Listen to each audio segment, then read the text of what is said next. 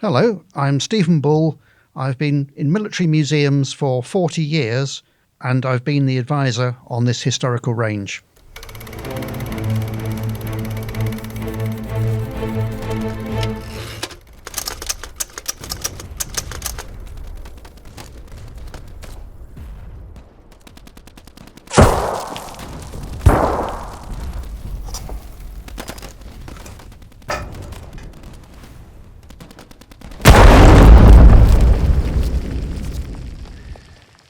World War II, the era, was not just like a war, it was a war over multiple continents. How do you authenticate something like that? Of course we had to do it our way, the Army Painter way. We don't do things like other companies do. When we set out to design a historical paint range, we had to look at other ranges that existed in the marketplace today.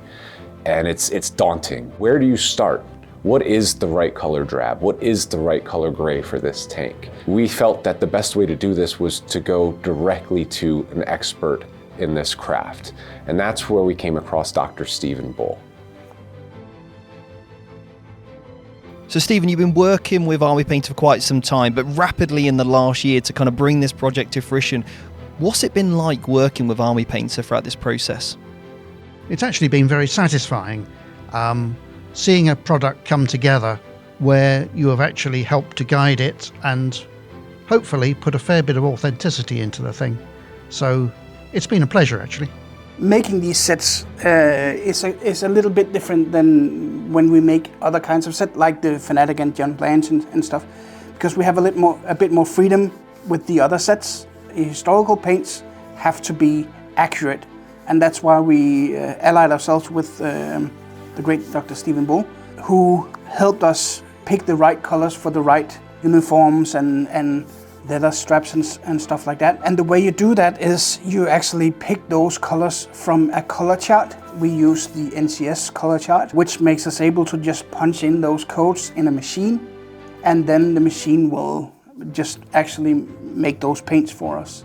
Then we decided we wanted to change it to the Fanatic recipe, and there are no codes for the Fanatic range, so it's all mixed by hand. And that's where the challenges started. But also that was the fun part of it, at least for me, to actually replicate those colors in the right recipe that we actually wanted. So Stephen, you've brought some of the uniforms with you and they are quite spectacular, but there's subtle differences between them, right? And I'm sure when you're in a museum, you can look around and there is huge differences, isn't there, between the garments? And I'm sure then when it comes to painting your miniatures, there can't just be the one, right? Is there a difference? Talk to me about that.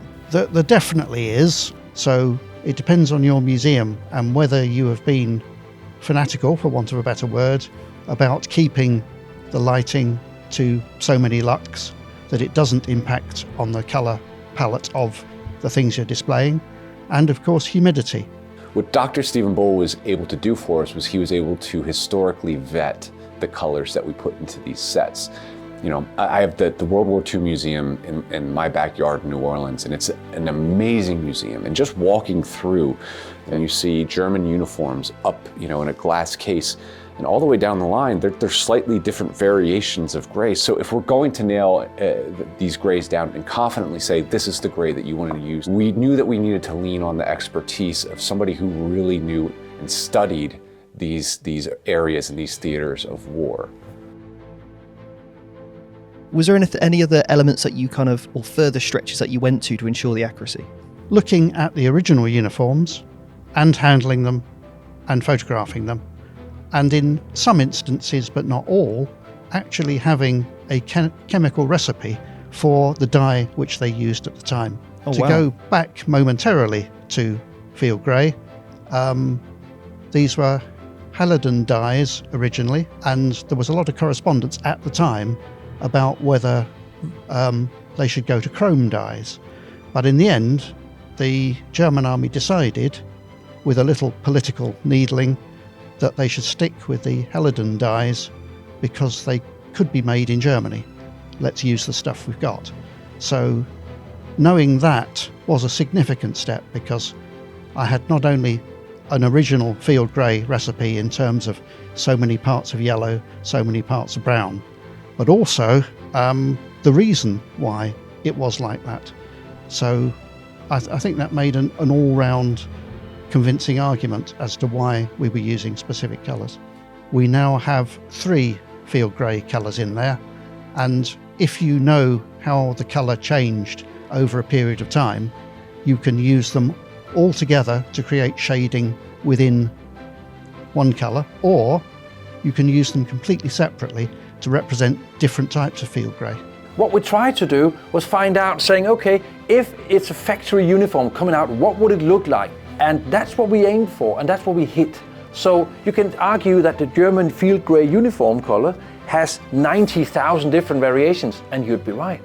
However, you got to pick one at some point. Of the many ways a soldier in World War II could have looked like, in these sets are the best bet you're ever gonna get.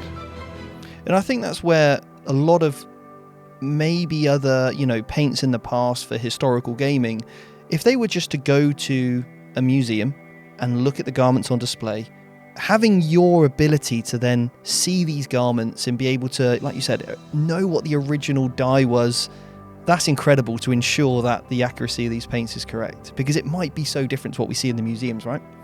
Yes, and some of these differences are original differences, and I say that in the sense that we know the pattern of a garment was changed at a certain date, and we know that the dye they used was different at the time.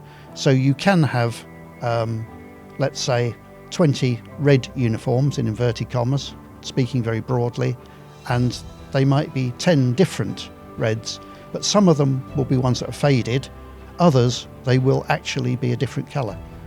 And if we can discover which one is the different colour and how it is different, that's how we arrive at accuracy, really. So we actually have 3 different field greys. So you can choose whether you want a regiment of conscripts, you want veterans in there, or you want something that's been recycled a few times, maybe with a few bullet holes in them.